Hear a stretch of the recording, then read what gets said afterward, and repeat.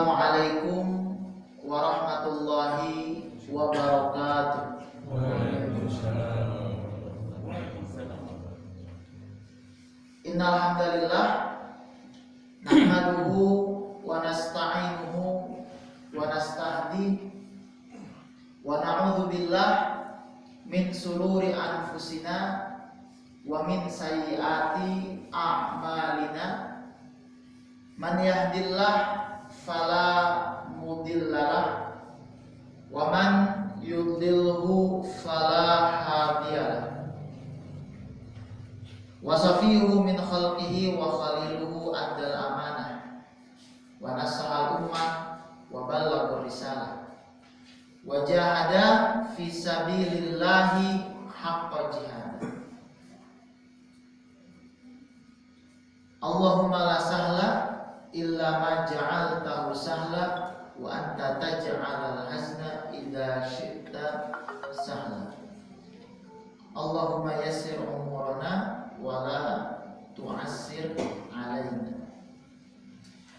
Hadirin Bapak Ibu yang dimuliakan Allah, alhamdulillah pada kesempatan subuh hari ini, sebagaimana juga yang disampaikan oleh moderator, bahwa hari ini setidaknya satu pekan ke depan kita sudah memasuki tahun baru dan menutup lembaran di tahun 2020.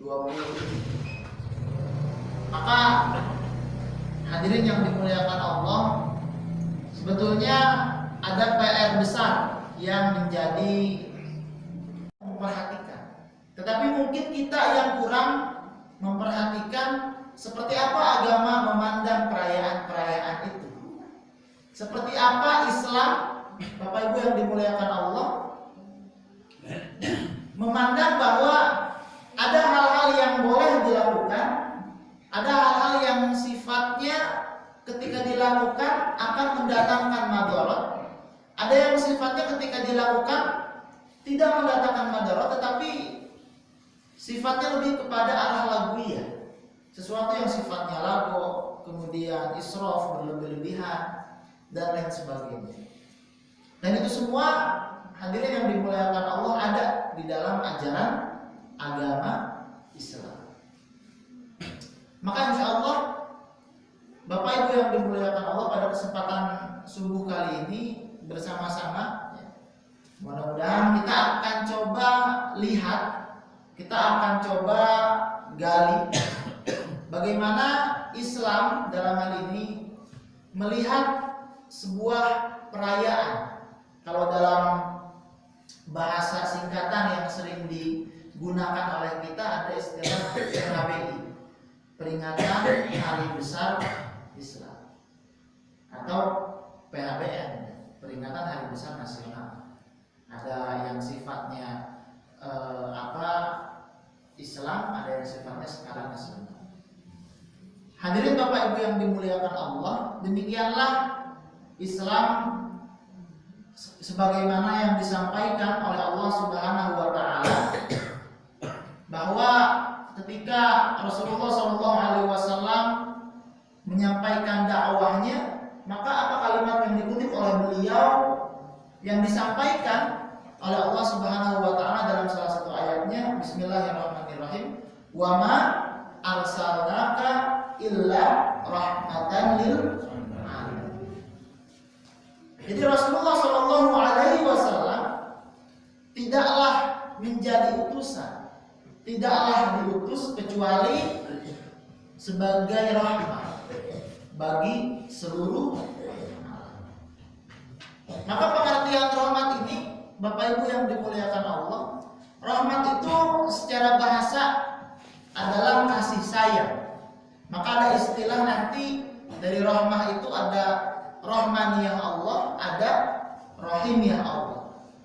Dalam kitab Fathul Mu'in, salah satu kitab tauhid, mengatakan bahwa rahmaniyah Allah itu diberikan kepada seluruh manusia, mukmin non muslim. Awal dari sebuah penyembahan kepada Allah itu dilarang kecuali ada syariat dari sebuah ibadah.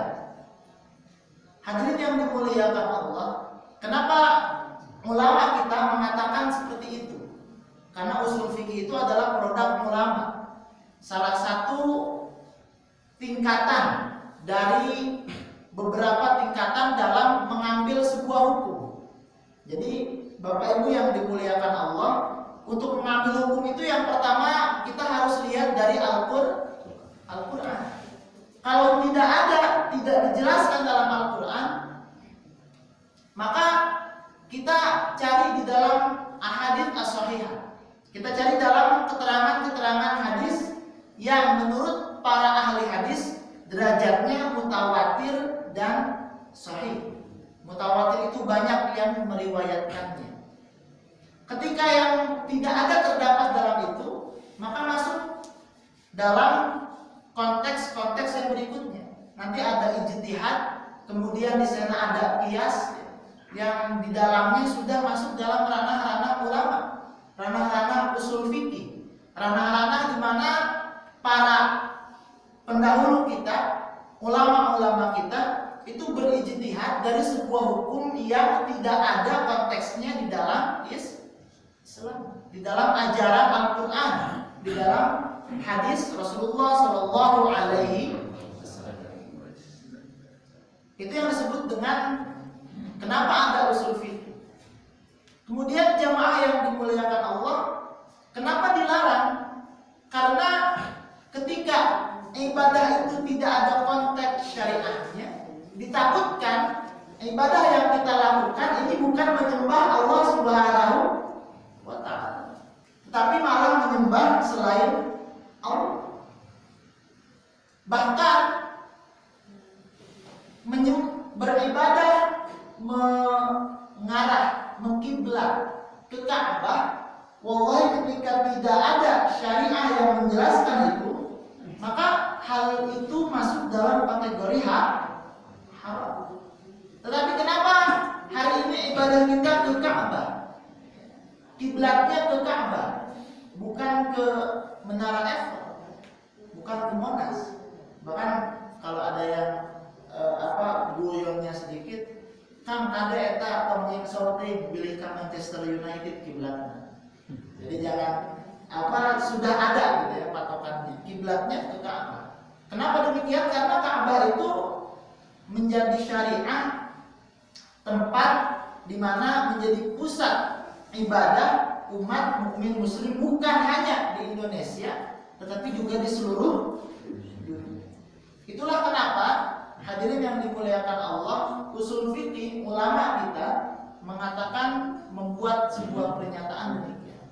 Dan yang pertama, menjadikan usul fikih sebagai ilmu yang dipakai oleh kita, oleh umat mukmin muslim, dikodifikasi, dijadikan sebuah ilmu. Bapak Ibu yang dimuliakan Allah, itu adalah berkat kecerdasan ulama kita, salah satu dari 4 imam mazhab, Imam Syafi'i. Beliaulah yang punya peran besar dalam menjadikan usul fikih itu sebagai sebuah landasan, menjadi sebuah ilmu untuk memperjelas konteks-konteks dalam pelajaran-pelajaran, ajaran-ajaran agama Islam. Hadirin yang dimuliakan Allah, Bapak Ibu sekalian.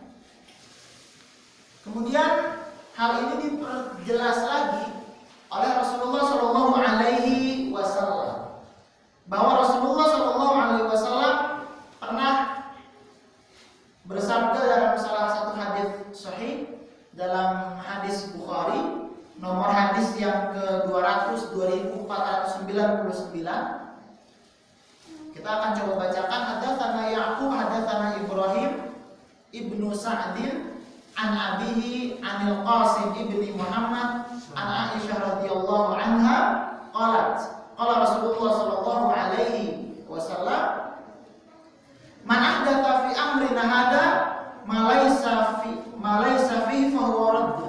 Rawahu Abdullah ibnu Ja'far. Hadirin yang dimuliakan Allah, telah kedudukan menjadikan kita semakin bersyukur atas adanya perayaan tersebut. Kepada siapa hakikatnya kita bersyukur? Hakikatnya adalah bersyukur kepada Allah Subhanahu wa ta'ala. Apakah ada dalil yang menjelaskan tentang itu? Nah, dalam hal ini Al-Qur'an. Allah Subhanahu wa ta'ala menjelaskannya dalam surah Ibrahim ayat ke-7. A'udzubillahi minasyaitonirrajim. Bismillahirrahmanirrahim. Wa idz ta'adzana rabbukum la in syakartum la azidannakum wa la in kafartum inna adzabi lasyadid. Al-ayat. Dan ingatlah tatkala Tuhanmu memaklumkan, sesungguhnya jika kamu bersyukur, pasti kami akan menambah nikmat kepadamu. Dan jika kamu mengingkari nikmatku, maka sesungguhnya azabku sangat pedih. Maka jamaah yang dimuliakan Allah, kedudukannya perayaan itu yang pertama adalah untuk meningkatkan rasa syukur kepada Allah Subhanahu wa ta'ala.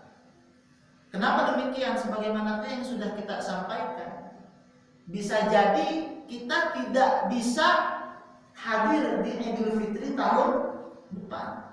Sebagaimana saudara-saudara kita dulu di Idul Fitri yang lalu tidak bisa hadir menemui saudaranya karena masih ada pandemi yang skalanya nasional bahkan internasional.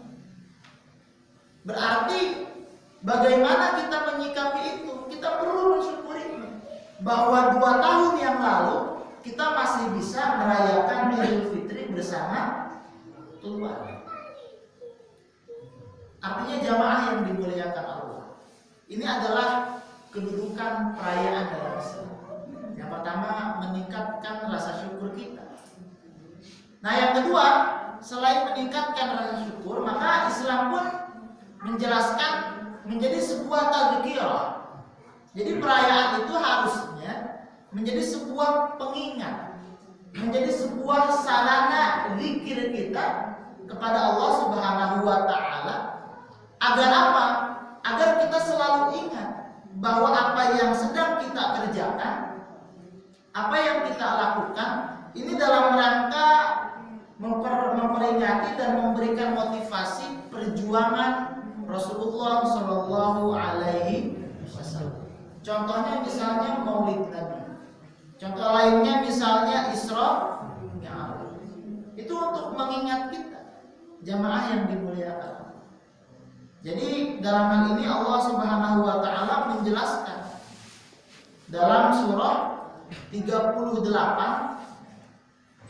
ayat yang ke 45 sampai 49. Tapi konteks yang paling jelasnya ada dalam ayat 46. Dalam hal ini Allah Subhanahu wa ta'ala berfirman, Bismillahirrahmanirrahim. Wa ma ta'tihim min ayati rabbihim illa kanu anha mu'ridin. Dan sekali-kali tiada datang kepada mereka suatu tanda dari tanda-tanda kekuasaan Tuhan mereka, melainkan mereka berpaling darinya. Jamaah yang dimuliakan Allah, dalam status yang ketiga tadi, kita tidak boleh mengharamkan suatu adat, sebuah kebiasaan kecuali yang diharamkan oleh Allah Subhanahu wa ta'ala. Ini diperjelas oleh Al-Quran dalam kedudukan hari perayaan itu. Jadi ada orang-orang sebelum kita yang ketika datang tanda-tanda kekuasaan Allah, mereka mu'ridin, mereka menjadi orang-orang yang berpaling dari sebuah mukjizat itu. Nah, maka kita melihat perayaan ini, selama tidak ada hal yang diharamkan oleh Allah Subhanahu wa ta'ala, misalnya melihat hari pahlawan, melihat hari guru, karena ada hal-hal baik juga yang bisa kita ambil dari perayaan-perayaan nasional itu. Misalnya bagaimana kita melihat pahlawan yang hakiki. Bahkan dalam beberapa keterangan sejarah yang lain yang mungkin Sallallahu Alaihi Wasallam. Apa poin yang bisa kita ambil dari hijrah tersebut. Maka umat mukmin muslim yang beriman kepada Rasulullah Shallallahu Alaihi Wasallam di bumi Mekah pada saat itu hijrah ke Madinah untuk apa? Untuk wal akhiratu akbar darajatin wa akbar tafdila. Karena mereka tahu akhirat mereka hijrah dari Mekah ke Madinah itu lebih mulia untuk mempertahankan keimanan dibandingkan dengan mereka bertahan di Mekah tetapi tidak utuh dalam proses pelaksanaan ibadah. Bahkan jamaah yang dimuliakan Allah, luar biasanya Abdurrahman bin Auf. Abdurrahman bin Auf itu salah satu sahabat, saudagar kaya. Kalau punya istilah, oleh mengutip istilah para ahli sejarah, orang yang mudah kaya tapi susah miskin. Itu siapa? Abdurrahman bin Auf. Kalau kita kan biasanya suka kebalik diksinya. Susah kaya, mudah miskin. Abdurrahman bin Auf menurut ahli sejarah dikatakan seorang sahabat yang sulit miskin, ya, tapi mudah kaya. Jadi kalau lihat satu peluang pasti gol terus. Kalau ada deal-dealan dengan pejabat-pejabat di daerah Mekah dan Madinah sana, pasti masuk. Dan terbukti di Mekah, Abdurrahman bin Auf punya banyak bisnis, punya banyak ladang bisnis. Tetapi karena perintah untuk hijrah, semua, bayangkan jamaah yang dimuliakan Allah, semua yang ada di Mekah ditinggalkan. Beliau pindah ke Madinah untuk dengan konteks wal akhiratu akbar darajatin wa akbar tafdil. Karena akhirat lebih tinggi dibandingkan dengan dunia dan isinya. Pindah ke Madinah, hijrah ke Madinah, luar biasa. Sebagaimana tadi disampaikan oleh para ahli sejarah, karena sangat mudah untuk kaya, tidak lama, jarak 3 bulan pertama, bahkan ada yang mengatakan setelah berdirinya Masjid Nabawi, karena perintah pertama adalah usaha pertama oleh Rasulullah hijrah ke Madinah itu adalah mendirikan masjid, rumah ibadah. Tidak lama kemudian mendapatkan lagi bisnis-bisnis yang dulunya di Mekah ditinggalkan, kemudian ladangnya terbuka di Madinah bahkan lebih banyak dibandingkan dengan yang ada di bumi Mekah pada saat itu. Sampai Siti Aisyah radhiyallahu anha mengatakan, "Ya Abdurrahman bin Auf, aku pernah mendengar qala Rasulullah sallallahu alaihi wasallam, Rasulullah sallallahu alaihi wasallam mengatakan bahwa ada banyak golongan orang yang masuk ke dalam surga. Ada yang masuk surga seperti kilatan petir, sekejap mata gitu. Ada yang berlari menggunakan kuda, ada yang berlari dengan telanjang kaki, ada yang berjalan, dan ada yang kalau bahasa Sundanya ngerondang, Indonesianya apa? Merangkak. Itu orang Tangerang bilang Bandung jadi susah. Merangkak. Nah, kata Siti Aisyah, engkau ya Abdurrahman bin Auf, sami itu min Rasulullah sallallahu alaihi wasallam, engkau masuk surga golongan yang terakhir, yang merangkak. Kemudian Abdurrahman bin Auf tercengang mendengarkan itu dan bertanya, kenapa? Lima. Kemudian dijawab, karena hartamu terlalu banyak. Hartamu akan memberatkanmu untuk masuk ke dalam surga. Tahadus bin nikmahnya jamaah yang dimuliakan Allah, berbanggalah dan jangan bersedihlah bagi kita yang hartanya tidak terlalu. Jadi masih ada yang disyukuri, Pak. Allah ya teh. Dengan awal bulan saldo masih 1 digit. Masuk pertengahan saldo masih 1 digit. Akhir berkurang ya, karena banyak pengeluaran. Nunggu awal bulan sama juga. Nah itu juga masih ada yang bisa disyukuri. Karena Abdurrahman bin Auf sendiri ketika ingin masuk surga merangkak. Kenapa? Karena terlalu banyak hartanya, jemaah yang dimuliakan Allah. Itu terkait dengan landasan kita tentang sebuah perayaan. Kemudian tujuannya tentu Islam punya tujuan yang baik. Yang pertama, menghantarkan seseorang untuk melakukan sebuah hubungan laki-laki dan perempuan yang bermahram. Dulu ya, ngasih coklat gitu ya, ngasih bunga, padahal bukan Pak. Bahkan hari ini lebih berkembang lagi. Alhamdulillah, di hari Valentine menurut sensus yang dicoba digali dari beberapa elemen masyarakat. Jadi di hari Valentine itu setidaknya banyak, alhamdulillah, perempuan-perempuan yang melepaskan keperawanannya untuk seorang laki-laki. Nah, maka itu tidak boleh. Maka dalam hal ini Valentine diharamkan. Kenapa diharamkan? Karena pelanggaran syariat. Selain tadi sejarah-sejarah yang menjelaskan tentang. Kemudian yang sifatnya israf, perayaan yang sifatnya israf. Nah, ini berkaitan dengan akhir tahunan jamaah yang dimuliakan. Jadi kalau saya pesannya bukan memperingati tahun baru, tapi lebih kepada konsep tasyakur saja. Tasyakur itu artinya di akhir tahun kita masih mendapatkan rezeki, kita masih mendapatkan umur, maka kita gelar ya, misalnya dengan RT setempat, dengan RW setempat gitu ya. Bukan dalam rangka tahun barunya, tapi dalam rangka tasyakur bahwa kita masih bisa diberikan kesempatan untuk hidup di tahun 2021. Tapi catatannya tidak boleh israf. Jemaah yang dimuliakan. Berlebih-lebihan itu tidak boleh. Apalagi sampai membuang-buang uang gitu. Kemudian yang selanjutnya tidak boleh tasyabbuh dan talbis. Tasyabbuh itu artinya adalah menyerupai, sebagaimana sabda Rasulullah SAW, "Man tasyabbaha biqaumin fahuwa minhum." Barang siapa yang menyerupai suatu kaum, maka dia adalah bagian daripada kaum tersebut. Dan yang terakhir tidak boleh talbis. Talbis itu mencampur adukan kebenaran dengan keburukan, al-haq dengan al-batil.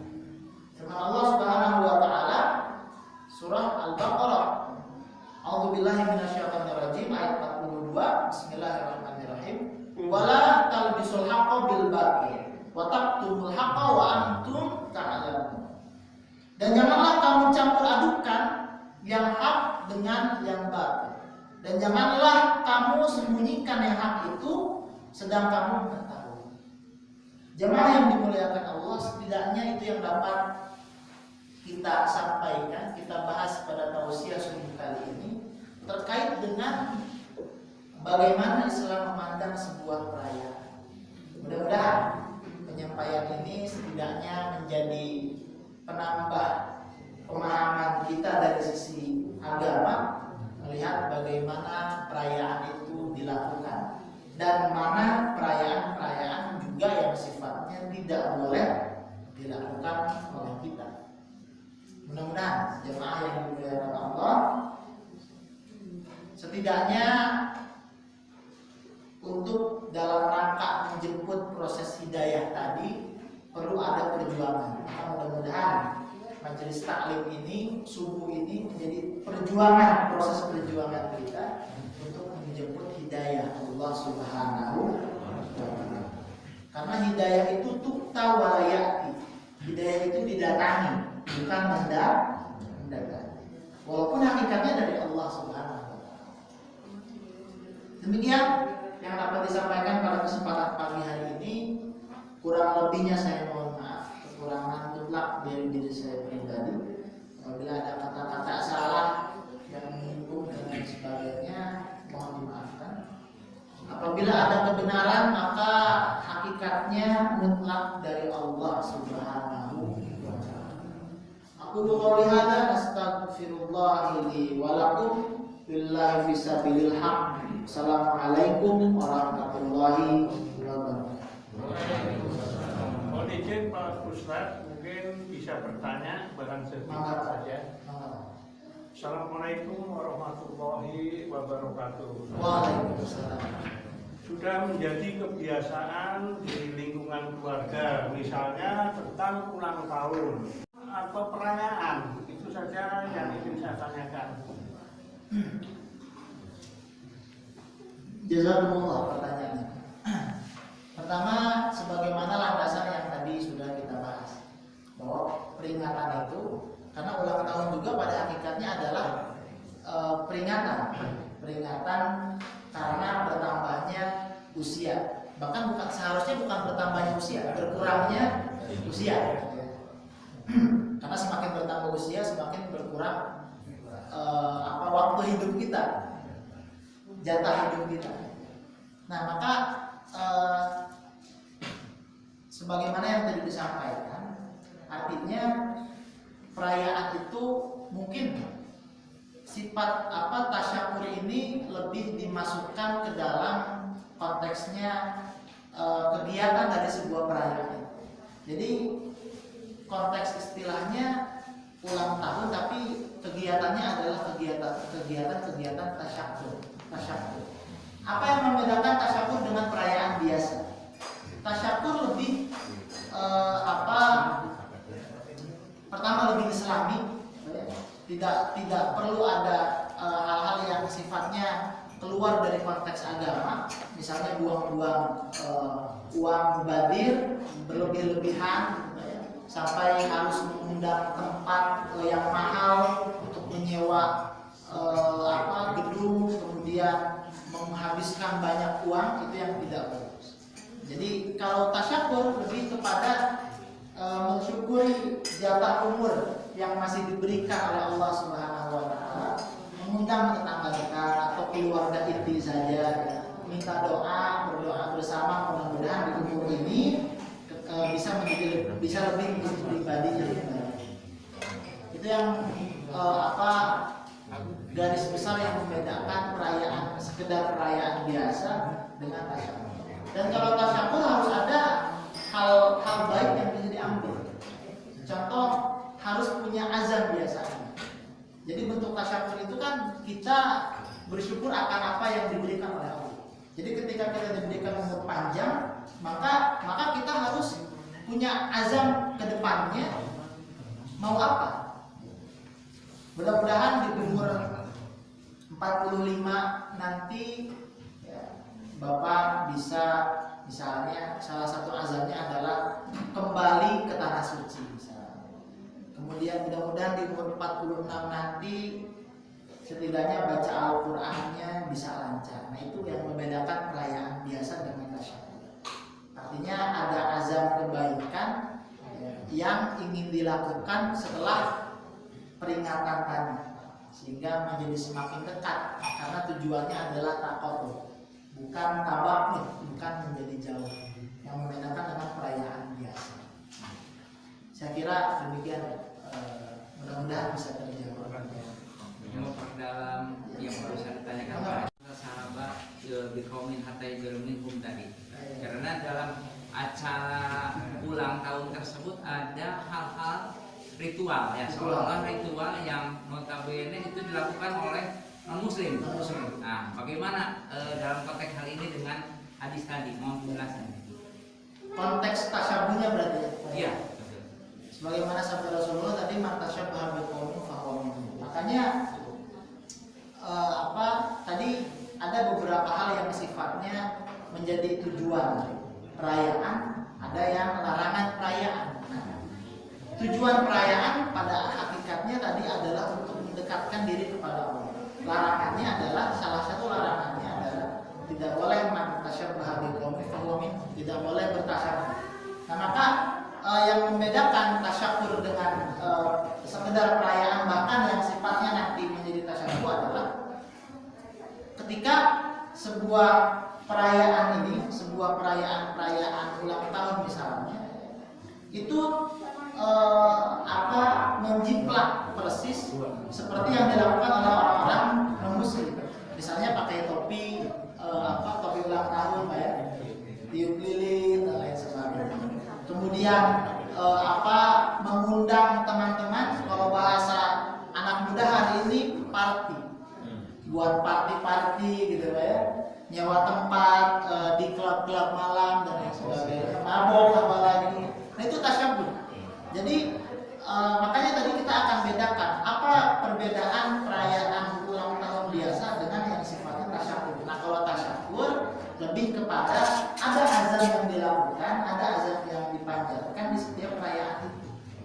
Jadi di tahun depan setidaknya ketika kita tasyabbuh lagi, alhamdulillah tahun kemarin saya sudah umroh, apa nih tanda alhamdulillah. Saya kira lebih ke arah sana. Konteks tasyabbuhnya yang membedakan dengan tasyabbuh. Jadi ada warga tipis dan ininya kadang-kadang Iya. ya hal-hal yang sebenarnya sensitif kadang-kadang tergelincir sedikit Nah, saja. iya itu. Kita ya Akidah tentunya ya.